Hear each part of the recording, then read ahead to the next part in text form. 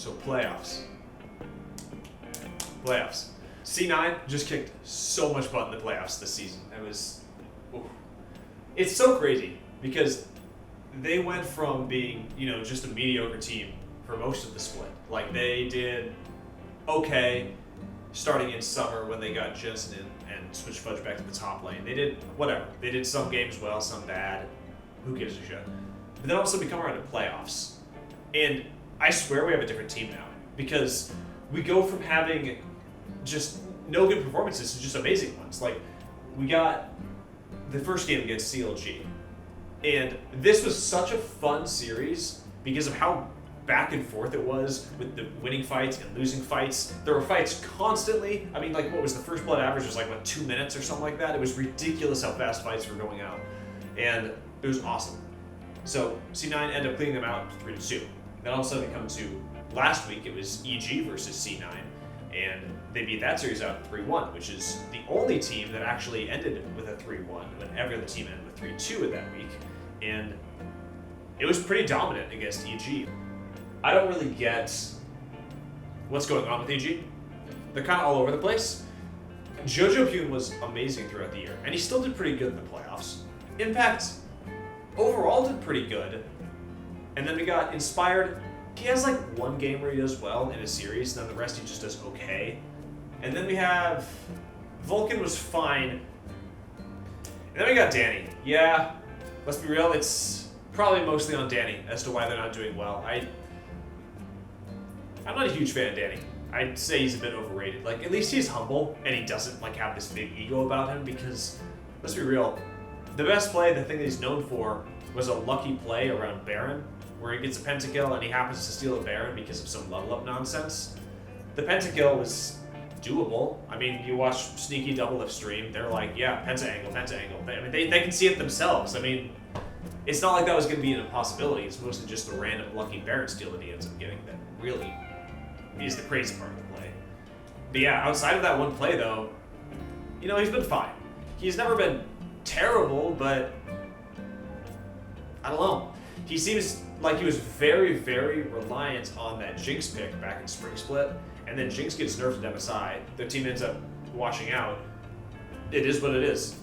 Well, and then the biggest problem with Danny not doing well is that on the other end, you've got Berserker, who's just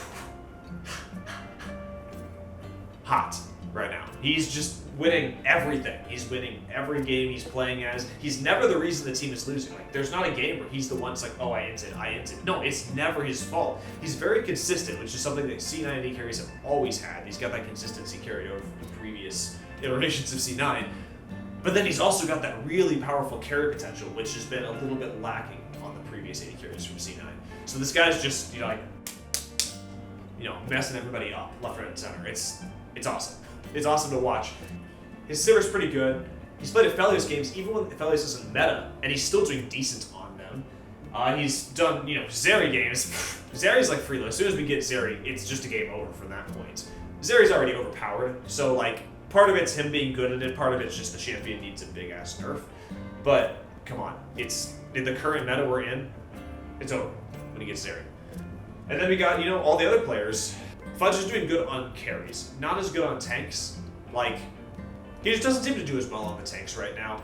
It's not really in his wheelhouse. He really prefers doing the carries, and I prefer watching the carries, so continue on with that. But that's kind of where we're at. Blabber didn't do a whole lot in the playoffs. He was probably the most neutral person. He kind of just existed. He had a couple random times where he would steal buffs, barons, and things like that with Smite, but actual gameplay-wise, it wasn't really amazing. But he also wasn't really the reason that they lost. I guess he did actually have that one really good move on the play. That was pretty hype in the bot lane where he goes back in at 25% HP and then pretty much wins the entire fight with the cannonballs as well. But then the biggest upgrade that we've had over playoffs is my boy Jensen. Woo-hoo! Jensen's actually stepped up finally near the end of the year. I mean, he hadn't played for a split. It makes sense. He had to get back into his wheelhouse, had to remember how to play the game. But after he got back to where he was, he's doing great. He's just his LeBlanc games are amazing. His Azir games are really good. He just, this guy knows what he's doing. He's a very powerful staple mid laner. And if he needs to play a support role, he will. He'll do the Orianas, and he'll support Berserker if needed. And in a meta kind of like the one we have right now, that's just all 80 carries, 80 carry is the way to go, enchanters, yada yada yada, it's working. Sven is doing really good at those enchanters, playing Lulu, Yumi, Renata, playing to them exactly the way you need to. Helping out Berserker, helping out Berserker. Having said all that, I don't see 100 Thieves or EG having a chance of beating us afterwards. We've already beaten both of these teams out in a 3-1 fashion. They have a week, okay? They can practice against their academy teams, which that could go well. They could technically go against each other, but you're not going to get any other teams because the season's over for everyone else. So yeah, maybe they scrim a game or two against each other. If I was them, I probably would do it a little bit. You don't go against C9 because C9 is the best team in the league. You don't want to give away any of your strategies to them, but maybe you risk giving a strategy away to the other person you're going to face on Saturday. I don't know, maybe. But it's going to be hard to get a lot of good improvements out in this last week compared to beginning of playoffs when you had other playoff teams you can face up against. Now it's so limited. I don't see another team coming back and being able to put on a really good performance that can beat out C9. So I'd say Cloud9's pretty a shoo-in to win the series on Sunday. It should be, I'm going to go 3-1 as my prediction.